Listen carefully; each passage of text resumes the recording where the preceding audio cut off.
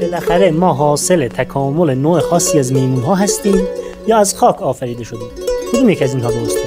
سلام، من حمیدرضا تمجید هستم و امروز می‌خوایم راجع به این موضوع بحث کنیم که نظریه داروینیسم آیا با نظریه‌های دینی تعارض داره یا نداره. خیلی ها فکر می‌کنن که نظریه داروینیسم یک گره کوریه در مقابل تفکرات دینی از خلقت انسان. چرا؟ چون نظریه داروینیسم خلقت انسان رو به طبیعت ربط میده و این رو یک چیز اتفاقی میدونه، یک تکامل اتفاقی که حاصل فرایندهای طبیعیه و خیلی شانسیه. اما طبق نظریه دینی انسان یک موجود هدفداره و یک آفرینش هدفداری داره و آفرینش اون اتفاقی و مستند به طبیعت نیست. کدوم یک از اینها درسته و آیا اینها با همدیگه واقعا تعارض دارن یا نه؟ اول ببینیم نظر علم در این باره چیه. ببینید، از نظر علمی ما دو تا نظریه داریم. یک نظریه ترانسفورمیسم یا همون داروینیسم و نظریه تکامل انواع. این نظریه میگه که انسان دفعتاً خلق نشده و به مرور این اتفاق افتاده. اولین موجودات یک سری موجودات تک‌سلولی بودن، کم کم اونها تکامل پیدا کردن و موجودات آبزی به وجود اومدن و کم کم اینها پیچیده‌تر شدن تا رسیدن به میمون‌ها و بعد از تکامل میمون‌ها این بشر امروزی که ما الان هستیم این به وجود اومده. یک نظریه دیگه هم داریم، این نظریه هم نظریه علمه، نظریه فیکسیسم یا همون نظریه ثبات انواع. این نظریه میگه که نه، هر یک از انواع موجودات زنده خودش دفعتاً به وجود اومده و خلقت اون تدریجی نبوده و به وجود اومدن اون حاصل تکامل نبوده. هر دوتای این نظریه ها چه قبل از داروین چه بعد از داروین قائل داشت و داره و هر دوتای این نظریه ها مطرح هستند و هر کدومشون ادله مخصوص به خودش رو داره. فقط چیزی که این وسط اتفاق افتاد، داروین اومد این نظریه رو پرورش داد و اون رو تئوریزه کرد. پس هر دوتای این نظریه ها مطرح هستند و امکان هر دوشون وجود داره و هیچ کدوم از اینها قطعی اثبات نشده و در واقع داروینیسم یک فرضیه هست. فرضیه یعنی چی؟ ببینید، شما صبح از خونه میایید بیرون، میبینید که هوا پاکه، هوا خنکه، زمین خیسه، میگید به به چه بارونی باریده. چند قدم میرید جلوتر، میبینید ماشین شهرداری داره خیابون رو میشوره. متوجه میشید که همه این تصوراتی که داشتید اشتباه بوده.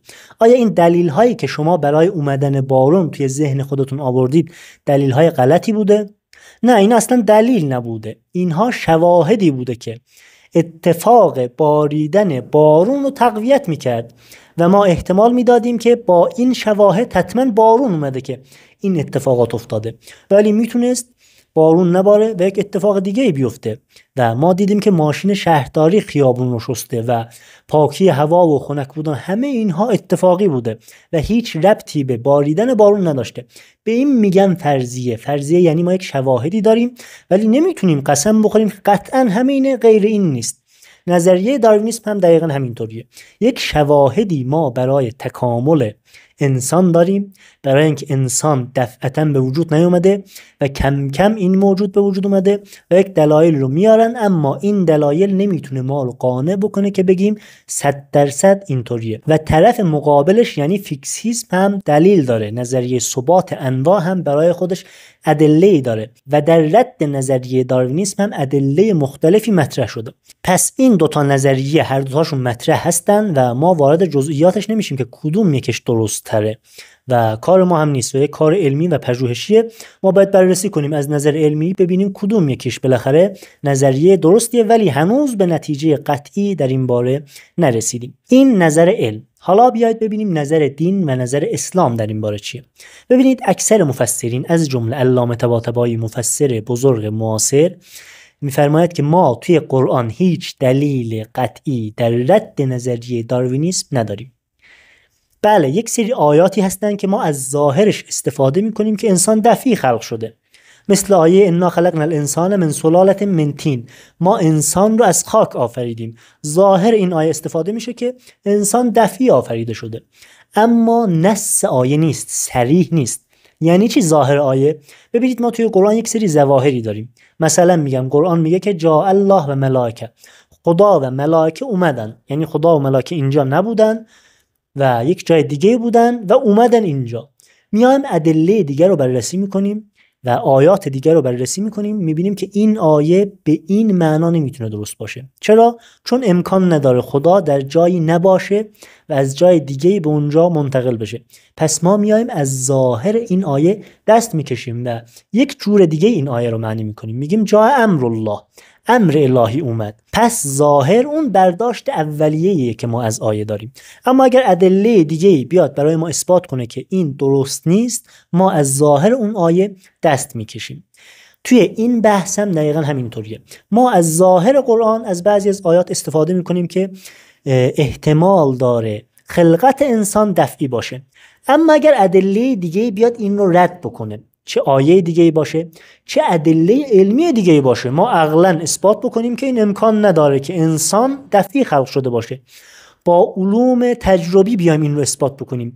اگر علم بیاد به هر شکلی این رو برای ما اثبات بکنه، ما میگیم حرف علم درسته و از ظاهر این آیه دست میکشیم. پس طبق نظر اکثر مفسرین، قرآن دلیلی برای رد نظریه داروینیسم اصلا نداره.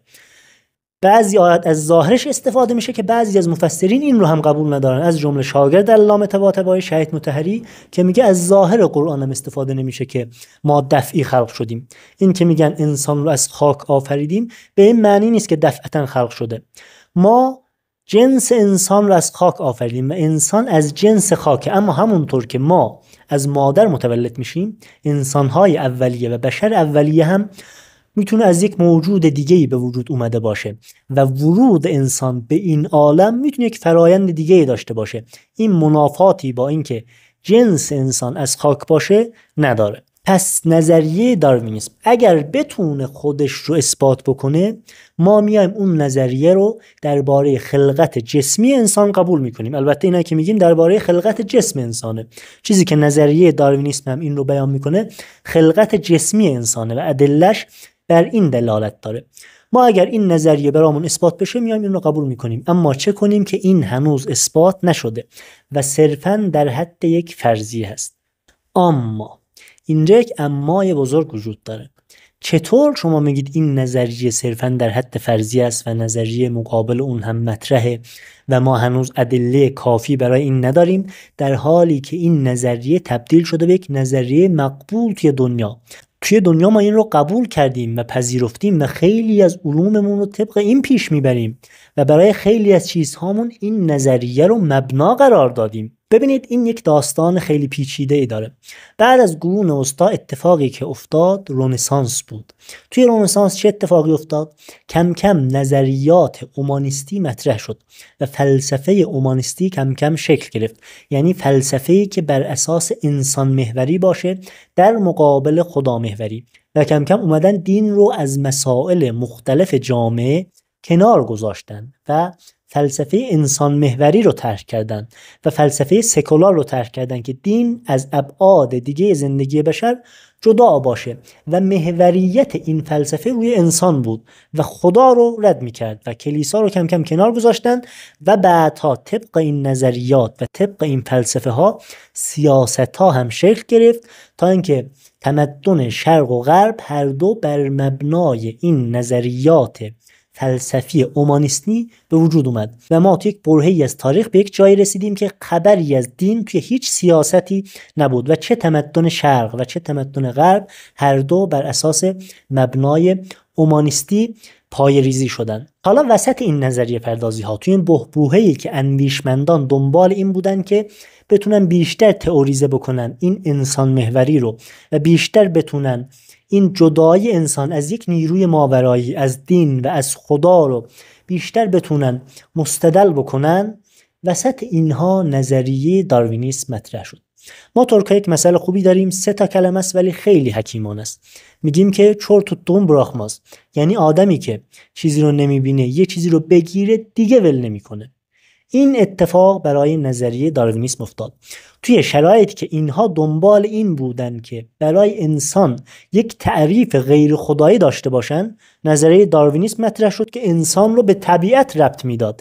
انسانی که ما تا دیروز میگفتیم مخلوق خداست، یک آفرینش هدفمندی داره و یک آفریننده هدفمند و هوشمندی داره، امروز فهمیدیم که حاصل یک سری واکنش‌های طبیعی و علم کاملا میتونه این رو توجیه بکنه.